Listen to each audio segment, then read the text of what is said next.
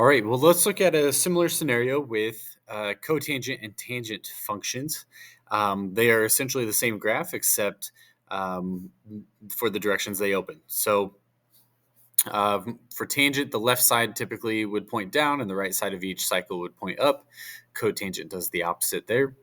And so when we look at this one, our first inclination is this is a cotangent graph.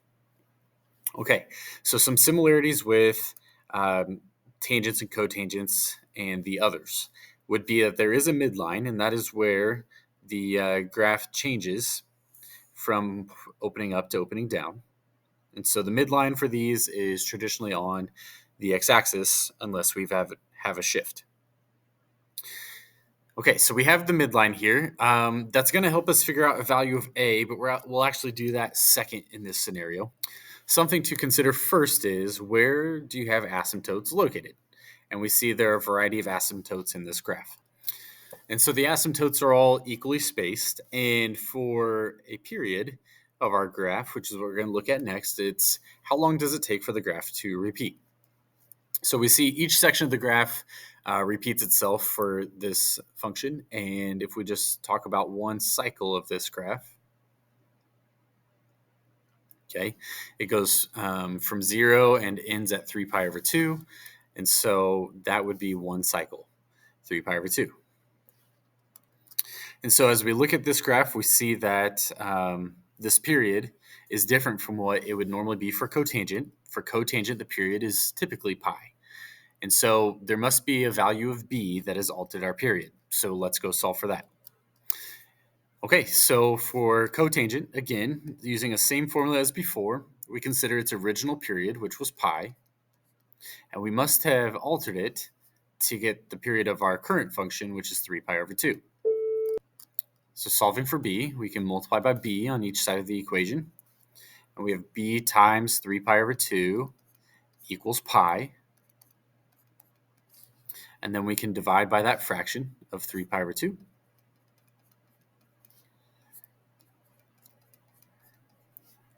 Which, to do so, we would just multiply by the reciprocal. So we have pi times 2 over 3 pi. And solving here, the pi's do cancel away. And we get a b value of 2. So we now know that we need a b value of 2 in our equation. So now we know the value of b needs to be 2. We need to consider, is there a value of a we need to utilize? And to answer that question, we just need to look at the graph of our function. And for this graph, pulling up the graphing calculator here, this is what cotangent would typically look like. So where the left side of each cycle points up, right side points down. And we do have asymptotes throughout. And the asymptotes have changed in our current function, but they are equally spaced like they were before. And here's what we're thinking of here. If you want to talk about a value of a, there are a couple of key points on this graph. And I'll look at just a few of them here. Yes, we have the turning point. And actually, I'll look at that first. We have the turning point for this part of the graph at pi over 2.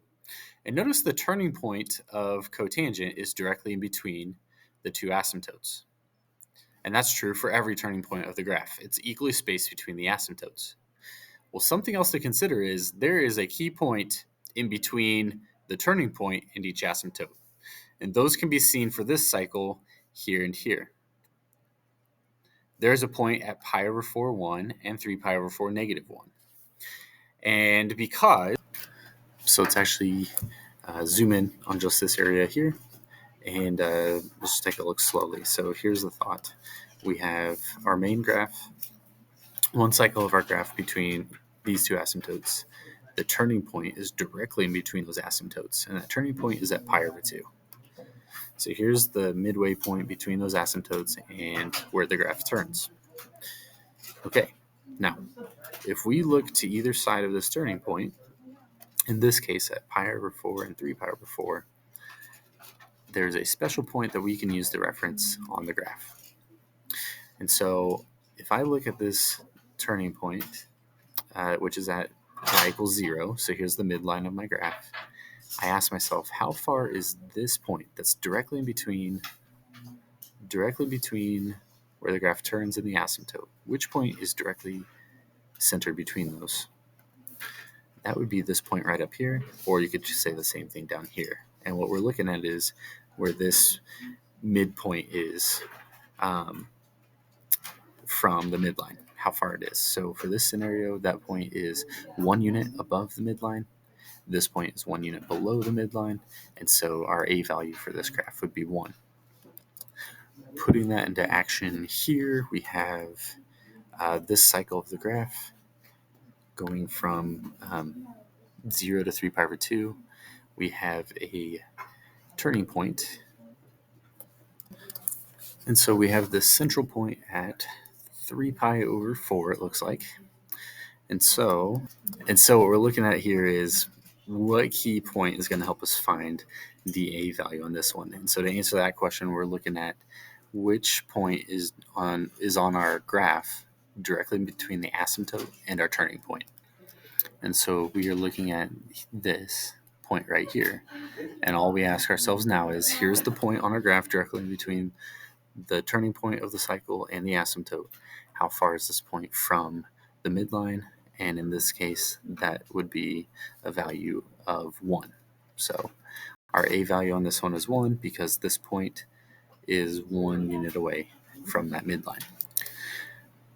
And so for a similar look on how to find that A value with a tangent graph, here's one cycle of our graph. Here are 2 asymptotes that cycle is in between. So our turning point of the graph will be directly in between that cycle. As can be seen here, the turning point of tangent is the midline is going to go through that turning point. And so we can see that the turning point here is at pi over 2, 0. So then if we want to talk about the value of A, what we're going to look at is the point that's directly in between our asymptote and this turn. So let's zoom in and get a closer look at this. We have our asymptote, we have the turning point of our graph, and which point is directly in between those. So directly in between this space, we see a point here.